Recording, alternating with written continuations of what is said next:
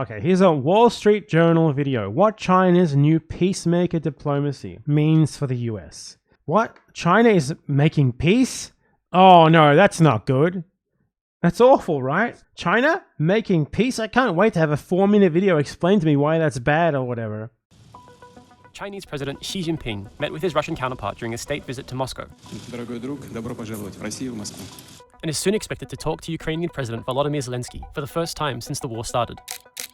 While the West has expressed concerns over China's deepening ties with Russia, Beijing has indicated an ambition to help bring about talks toward a ceasefire in Ukraine. Xi Jinping, one of his main goals is to make China into a superpower. And so part of that is being involved in security discussions and peace talks around the world. Recent diplomatic breakthroughs brokered by China offered tangible evidence that Beijing is willing to use its influence to help resolve foreign disputes. Austin Ramsey covers China's global reach for the Journal and explains what Beijing's model of a new diplomacy means for the US. On March 10th, Iran and Saudi Arabia announced that they agreed to re-establish diplomatic relations. This is bad. This is not good. 7 years of I'm against this. arrangement in a deal mediated by China.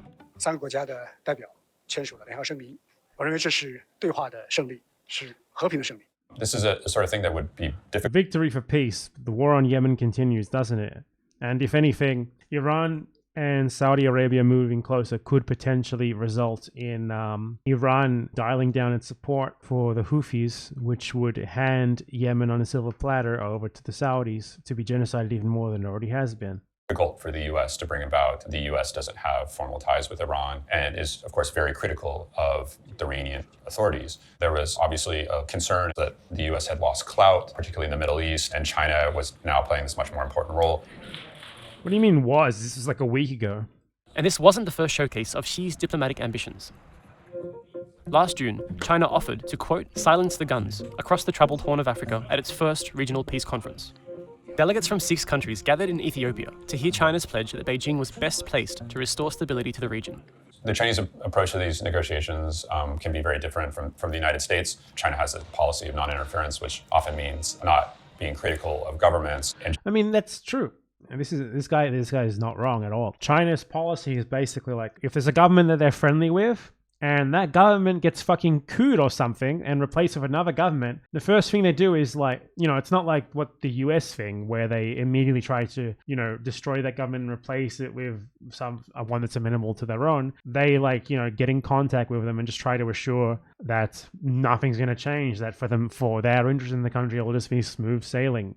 So, they don't really give a shit about anything. That it's like I saw one scholar describe it as like China adapts to changes in other countries, whereas the US and the West tries to mold other countries to their needs, which is really accurate. China does have a policy of non-interference, at least in terms of political, in terms of like regime change, invasion, stuff like that. Whereas if the US feels like another country isn't really going along with what it wants, it does some very violent shit to them. just focusing on bringing them together. That can be very appealing, especially to governments that don't want their records examined. While China has sought to contrast... Especially to government that don't want their records examined. If you're a US ally, you don't get your record examined as long as you do what they want. Saudi Arabia mentioned this video.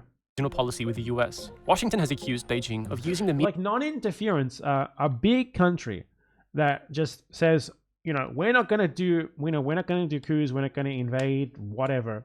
We're just going to be neutral no matter what happens. Like 99.9% of the time, that's going to be so fucking much better than actual direct intervention in favor of their own interests, especially when it comes to like the level of coups and stuff like that. Can you imagine how much better the world would be if the US had a policy of non-interference over the last 50 fucking years or so? Holy shit, unbelievably better. So for them to try to find the cons in this sort of non-interference thing is very fucking dishonest, especially when you contrast it with the other power that the Wall Street Journal is from the USA, and they obviously support American imperialism, American interests around the world, and that's why they're framing in this way. Mediation dialogues to bolster authoritarian regimes and expand its security footprint. They An analyst- bolster authoritarian regimes. There you go, right? They find like the bad thing about the US bolsters authoritarian regimes all around the fucking world too. The difference is if you are like a government that doesn't want to play ball with the US as much as they'd like, they're gonna fucking overthrow you and replace you with an authoritarian regime. China has not done that at all. The worst thing that China does is always things that the West does worse. Like, you know, they amicable with Israel, they supply Israel with like surveillance technology, some military material and stuff like that as well. Yeah, they do that. The US does that way worse, right? Way fucking worse. When it came to like supporting the monarchy in Nepal against the Maoist rebels, China supported it. So did the West though. So did the US to a much higher degree. So even in the cases where like China does take a side, so to speak, they're just doing the same like bog standard sort of thing that the Western Bloc is also doing to a lesser extent. If anything, their interests in that case are just aligned. say securing any diplomatic wins in Ukraine would be a much tougher challenge for Beijing. European capitals and Washington have so far greeted Beijing's diplomatic push with skepticism. China can't have it both ways when it comes to the Russian aggression in Ukraine. It can't be putting forward peace proposals on the one hand, while actually feeding the flames of the fire that Russia has started with the other hand. Both Xi Jinping Well, isn't it lucky then that there is literally no evidence that China is sending arms to Russia? The only way for them to frame this like sort of Chinese peace talks, I don't think it's going to fucking go anywhere, but the only way for them to frame this as a bad thing is to invent this idea that China is going to supply arms to Russia, which they have no evidence for. You know, it's not even happening, and they're just claiming it's going to happen because they don't have any other way to like reasonably claim this is a bad thing. And look, the fact that Zelensky is even willing to talk with China shows that this narrative of them being like, you know, overtly on Russia's side in the war rather than like a neutral party that is just maintaining friendly relations with Russia and maintaining their previous trade and shit during it is obviously bullshit. Because, you know, the Ukrainians, in spite of all of the obvious fucking US interference trying to make them, you know, take their line on China, still don't see China as like an enemy, as the US would like them to. Jinping and Vladimir Putin share a deep distrust of the U.S. and Obviously, the West. why wouldn't and they? They see the world order as led by the West to the detriment of their own countries. Yeah, why and wouldn't so it's very harmful for China if Russia is damaged by the war and it no longer can play a role in supporting this effort to sort of lessen American and Western influence over the world. As part of its push for what Xi calls big power diplomacy, Beijing increased its budget for diplomatic travel and other related expenses by 12% this year.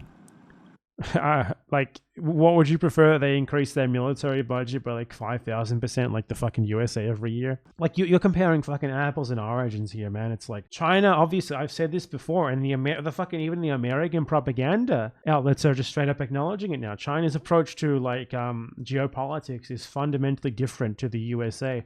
As China has become stronger economically, stronger geopolitically, stronger militarily, it hasn't become more aggressive militarily. You know, as that has happened, it has, if anything, maintained its sort of stance of like diplomatic non-interference or whatever. And obviously China's getting shit out of the, you know, it's not doing any of this shit out of the goodness of its heart. It's not giving out loans because it's doing it out of the goodness of its heart. It's not doing any of this shit, you know, because it's nice. It's doing this shit because it thinks it's going to benefit from it. But it's a sort of, you know, great power geopolitical engagement that is objectively infinitely less destructive than what the West has been doing for centuries at this point. So for them to try and frame this as worse or somehow negative in comparison to themselves is obviously bullshit.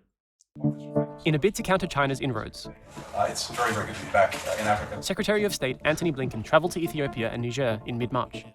And he's just one of the many US officials who are visiting regions where Washington Don't worry, guys. Big IMF loan coming soon. I hope you're ready to abolish all social programs. and Beijing are competing for influence. I think nothing focuses the U.S. like a competitor. This could sort of bring about sort of renewed American efforts to engage in diplomacy around the world. This is not good. That's not good. Any sort of renewed American efforts to do anything to the rest of the world means war, coups, genocide, misery. Bad. In diplomacy in some places that the U.S. might have ignored a little bit in recent years. They ignored them. I mean, they never ignored them, man. Never. But yeah, it's interesting to frame it. Like, they tried to frame this as a bad thing somehow, and they really just failed massively, didn't they? And yeah, I mean, most of the comments are negative, saying similar things. So yeah, I mean, they're really struggling. I don't know. I think propagandistically, it would be better for them to just not acknowledge this at all, to just pretend that China is like a warmonger that does coups. Just what they really do, which is project. They project what they do onto China as a sort of propaganda strategy. That's a way better propaganda strategy for them to just be honest about what China is doing and why, but to try and frame it as something negative. Huge L from the American propagandists. Really big own goal of that one.